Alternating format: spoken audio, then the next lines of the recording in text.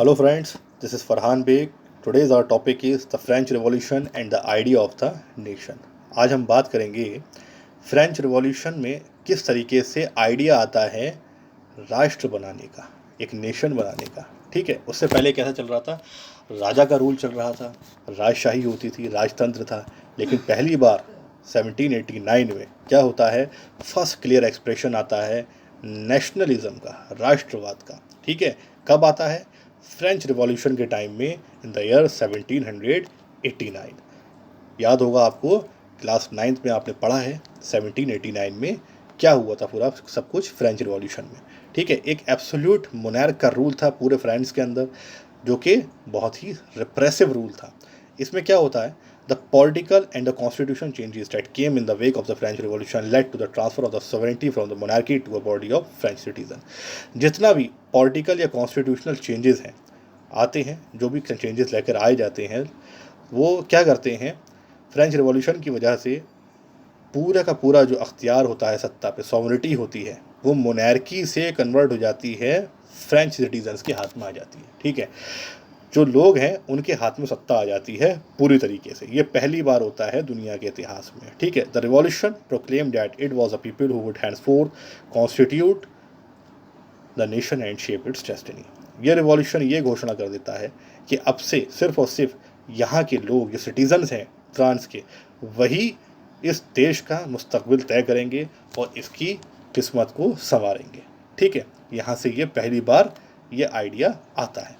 From the very beginning, शुरुआत से ही, the French revolution introduce various measures and practices that could create a sense of collective identity among the French people.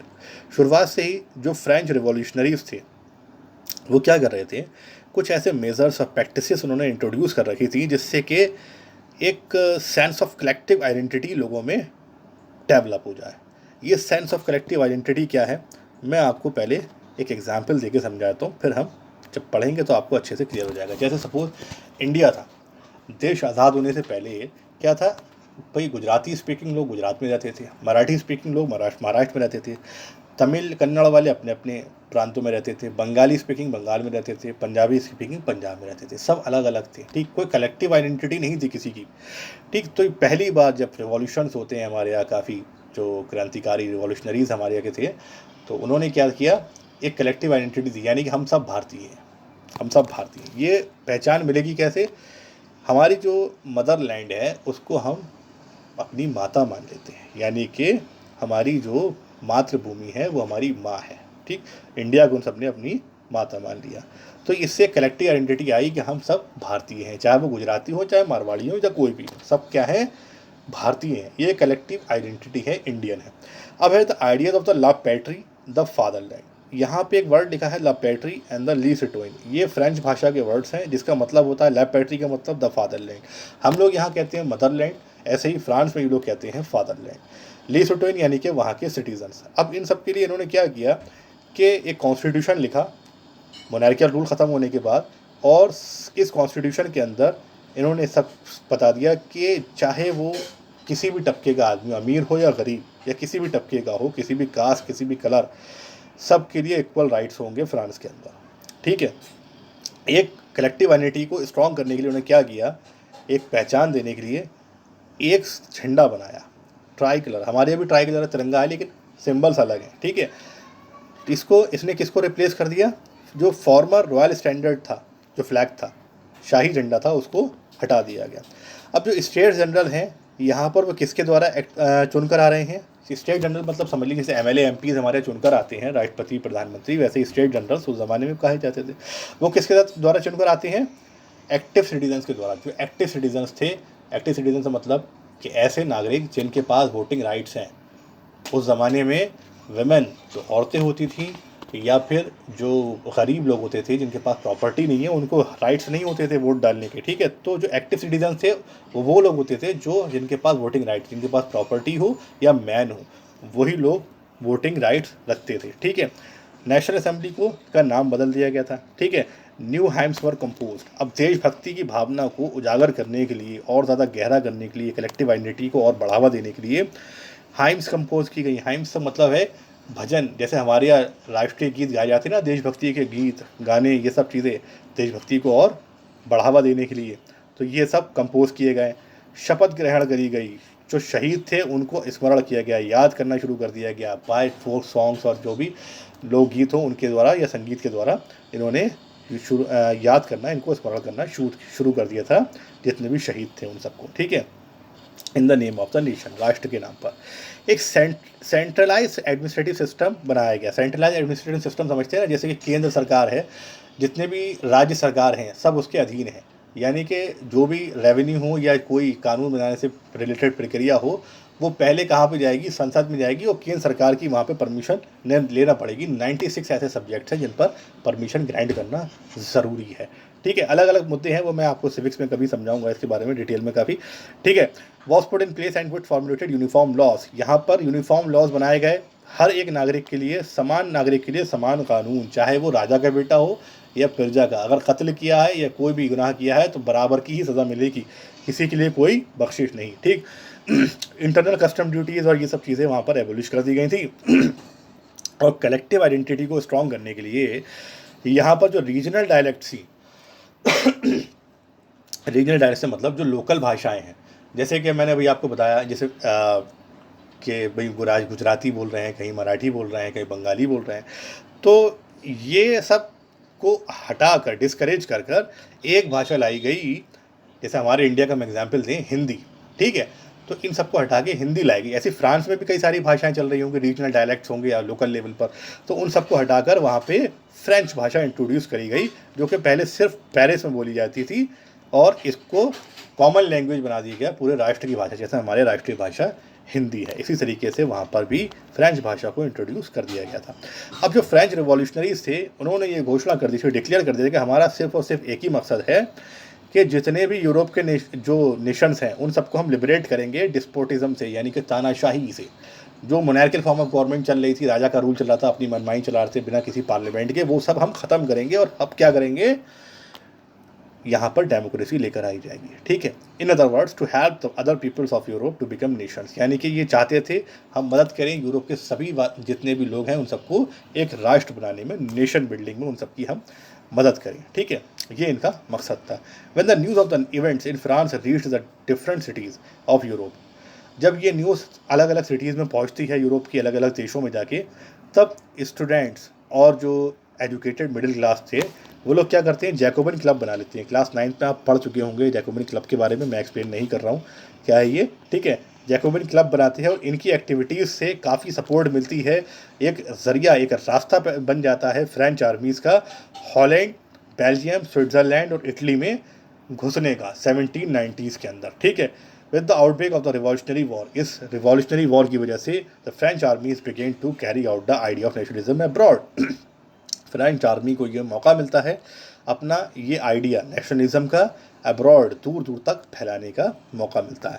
यहाँ देख लीजिए, यहाँ पे आपको दे रखा है, ये फ्रांस है, ठीक है, यहाँ पे नीदरलैंड है, ऊपर ये जो ऊपर का पोर्शन इसको हम हॉलैंड भी कहते हैं। मौजूदा अगर मॉडर्न मैप में देखेंगे, ओल्ड मैप है 70 से 90 के टाइम का मैप है, तो यहाँ पे ये चीज़ मेंशन नहीं है क्लियर। यहाँ पे जो ये जगह जो है, ये है बेल्जियम, ये है हॉलैंड, ठीक है, और ये है स्विट्ज़रलैंड जो मौजूदा है अभी भी, और ये है इटली पूरा। ये जूता का शेप जो बना हुआ दिख रहा है, शू शेप, ये इटली कहलाता है, ठीक है। ये यूनिफाइड नहीं था उस ज़माने में।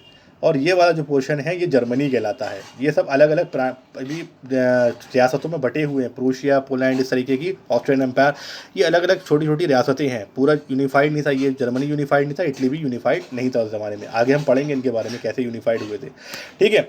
तो ये सब क्या था, चल रहा था, और ये सब किसके अधीन हो रहा था, यहाँ पर रूल किसका चल रहा था। इसके बाद नेपोलियन का, Napoleon within the wide swathe of the territory that came under his control.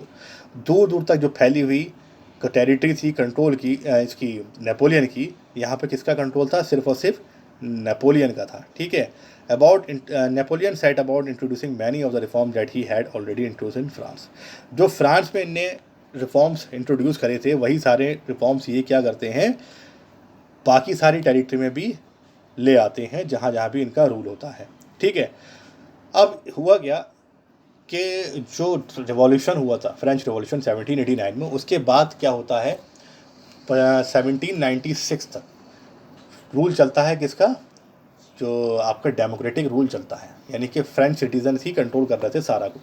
ठीक है, बाद में क्या होता है, डेमोक्रेसी को ख़त्म करके मोनार्की फिर से वापस ले आते हैं नेपोलियन। लेकिन एक सबसे अच्छी बात क्या थी, जो इनकी एडमिनिस्ट्रेटिव पॉलिसीज़ थी वो बहुत ज़बरदस्त थी, लोगों को बहुत ज़्यादा पसंद आई। इन्होंने ये पूरी तरीके से सत्ता में आते हैं 1804 में, सिविल कोड ऑफ 1804 इन्होंने जारी किया, जिसका नाम था नेपोलियनिक कोड के नाम से भी हम जिसको जानते हैं। ठीक है, इन्होंने क्या किया, स्पेशल प्रिविलेजेस जो बाय बर्थ जो राइट्स मिले होते हैं, जैसे कि जो राजघराने के लोग होते थे उनके पास कुछ स्पेशल राइट्स होते थे, यानी कि उनके रेस्टोरेंट अलग हैं, उनके पार्क्स अलग हैं, उनके बीचेस अलग हैं।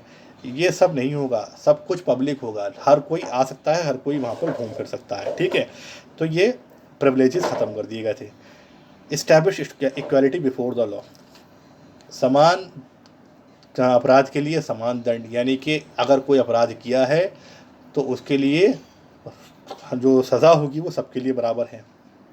सिक्योर्ड राइट टू प्रॉपर्टी, अब कोई किसी की प्रॉपर्टी किसी से छीन नहीं सकता। ठीक है, ये इन्होंने लॉज यहाँ पर बना दिए थे। और इन्होंने क्या किया, तो जो ये सारे जो कोड थे ये उन सभी जगहों पे लागू किया जहाँ जहाँ भी इनकी हुकूमत थी, चाहे वो डच रिपब्लिक हो, स्विट्ज़रलैंड हो, इटली हो या जर्मनी। ठीक है, इन्होंने बहुत ही सिंप्लीफाइड एडमिनिस्ट्रेटिव पॉलिसीज बना दी थी और फ्यूडल सिस्टम को ख़त्म कर दिया। फ्यूडल सिस्टम क्या है, सामंतशाही, यानी कि जो ज़मींदारी होती थी, ज़मींदार बहुत परेशान करते थे लोगों को, किसानों को, वो सब चीज़ें ज़मींदारी के सिस्टम ही इन्होंने ख़त्म कर दिया। और जितने भी पीजेंट्स थे, किसान थे, सबको ग़ुलामी से आज़ादी दे दी गई।